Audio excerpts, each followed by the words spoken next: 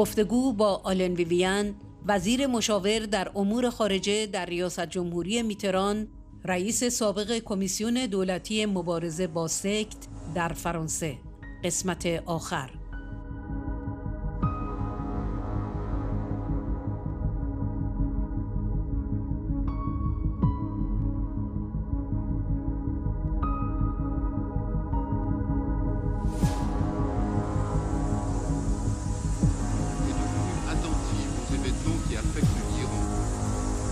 Que la France avait déjà accueilli des exilés iraniens en la personne de celui qui allait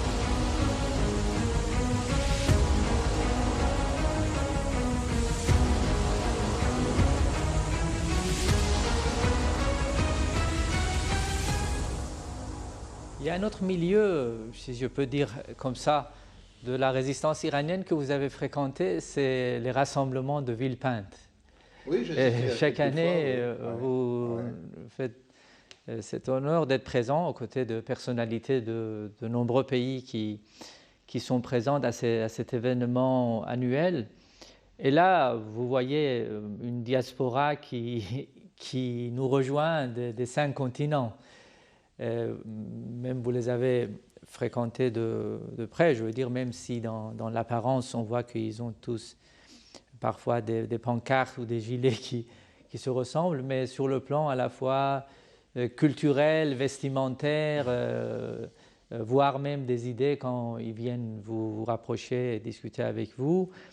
Est-ce que, parce qu'il y a une de ces rhétoriques qui vient souvent, la vie en communauté, en autarcie, plutôt vouloir qualifier le mouvement de toujours d'une sorte de société fermée sur lui-même.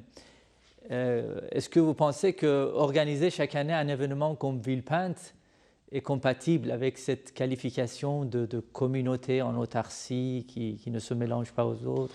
Ça paraît difficile parce que ceux qui viennent à Villepinte, et ce sont des dizaines de milliers de personnes qui participent à ces manifestations, viennent de tous les pays d'Europe, et certains malheureusement exilés d'Iran. Ils vivent dans les pays tels qu'ils sont. Vous avez cité le problème vestimentaire. Alors, il faut faire la différence entre les militants qui portent quelquefois la même cravate ou le même t-shirt et qui brandissent une pancarte voisine, et puis les gens qui sont venus écouter et participer à ces manifestations. Il y a autant de femmes qui ne portent pas de voile que de femmes qui le portent.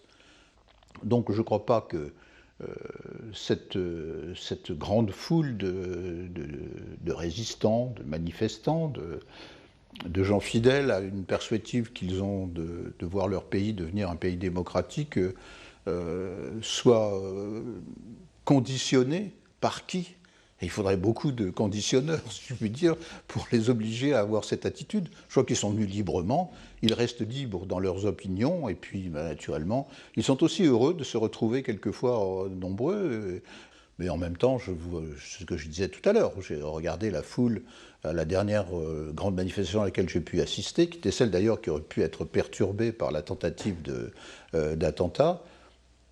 Les femmes qui étaient là, et qui étaient pour la majorité des Iraniennes, bien entendu, il y avait très peu de gens venant de l'extérieur, en dehors des personnalités invitées, elles avaient un comportement de celui de n'importe quelle femme vivante en Europe ou sur le continent américain. Oui, mais ça c'est un des éléments qui est connu de tous ceux qui suivent d'assez près l'évolution de la résistance iranienne. Les mots engagent dans ce cas-là, et en particulier, je crois, celui qui consiste à séparer clairement les choix confessionnels des uns et des autres, qui sont éminemment respectables, de ceux qui relèvent de la souveraineté de l'État, c'est-à-dire de la capacité collective d'avoir une société apaisée. On n'a jamais interdit en France à une femme de porter le foulard, si elle était musulmane. On a interdit de dissimuler le visage, ce qui est tout autre chose. Bien, est-ce que, à votre avis, nous avons fait un peu un tour d'horizon de ces différentes allégations? Est-ce que vous voulez vous-même ajouter quelque chose? J'aurais peu de choses à dire, c'est simplement qu'il ne faut pas s'étonner des campagnes qui sont orchestrées contre un mouvement, surtout si ce mouvement a pour principe d'établir des règles démocratiques et de restaurer la liberté. C'est toujours la même chose.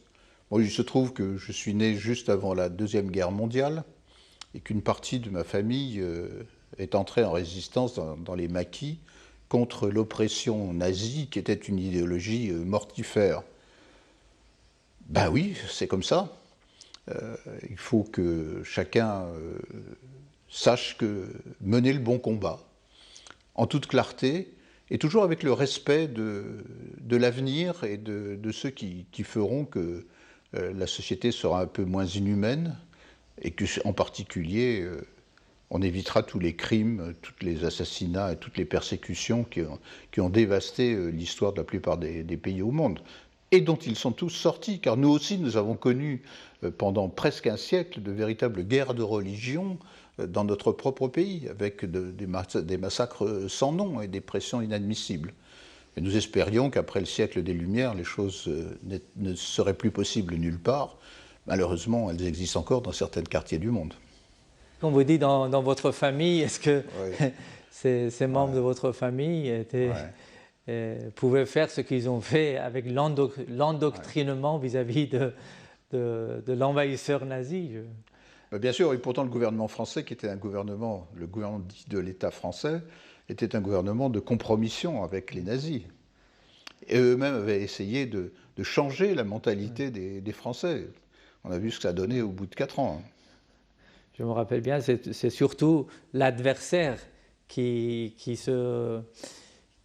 fait recours à l'endoctrinement. C'est ce que vous avez dit aussi dans cette étude, dans cette étude du Comité français pour un Iran démocratique, où c'est plutôt le régime des mollahs et ses pastarans qui sont passés à l'endoctrinement de leurs troupes pour les envoyer sur les champs de mines. Ça leur est nécessaire, parce que ces mouvements totalitaires sont composés d'hommes qui ne peuvent pas, à certains moments de leur vie, échapper au sentiment qu'ils n'ont peut-être pas vraiment raison.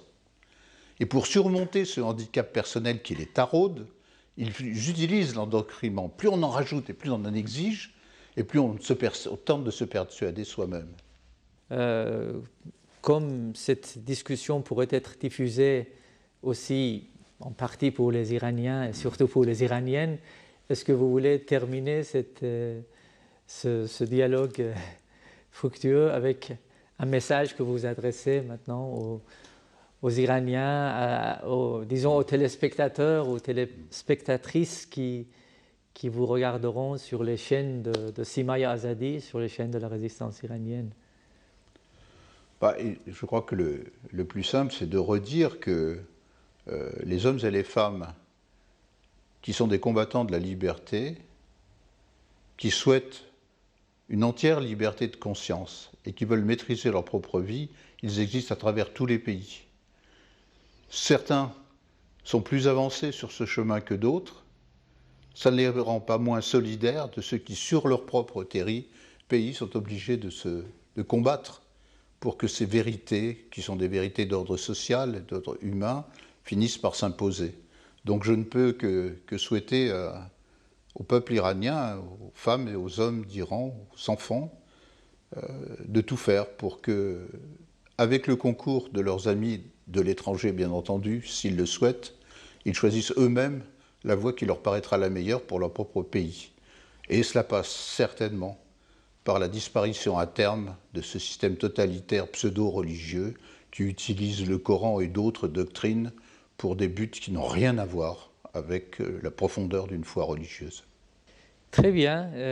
Il nous reste à vous remercier pour ce temps que vous avez bien voulu consacrer pour ce dialogue, pour cette discussion. Et en tout cas, la résistance iranienne, ses militants, ses sympathisants, ses membres sont très reconnaissants sur toutes ces années que vous avez été à leur côté et que vous avez plaidé pour le droit et les droits fondamentaux et la liberté chérie pour toutes les nations du monde. Cette liberté chérie, on espère qu'elle reviendra en Iran et que nous aurons le plaisir et l'honneur de vous inviter dans un Iran libre et démocratique, c'est là qu'il y aura la vraie reconnaissance pour vous recevoir. Merci beaucoup. Merci à vous.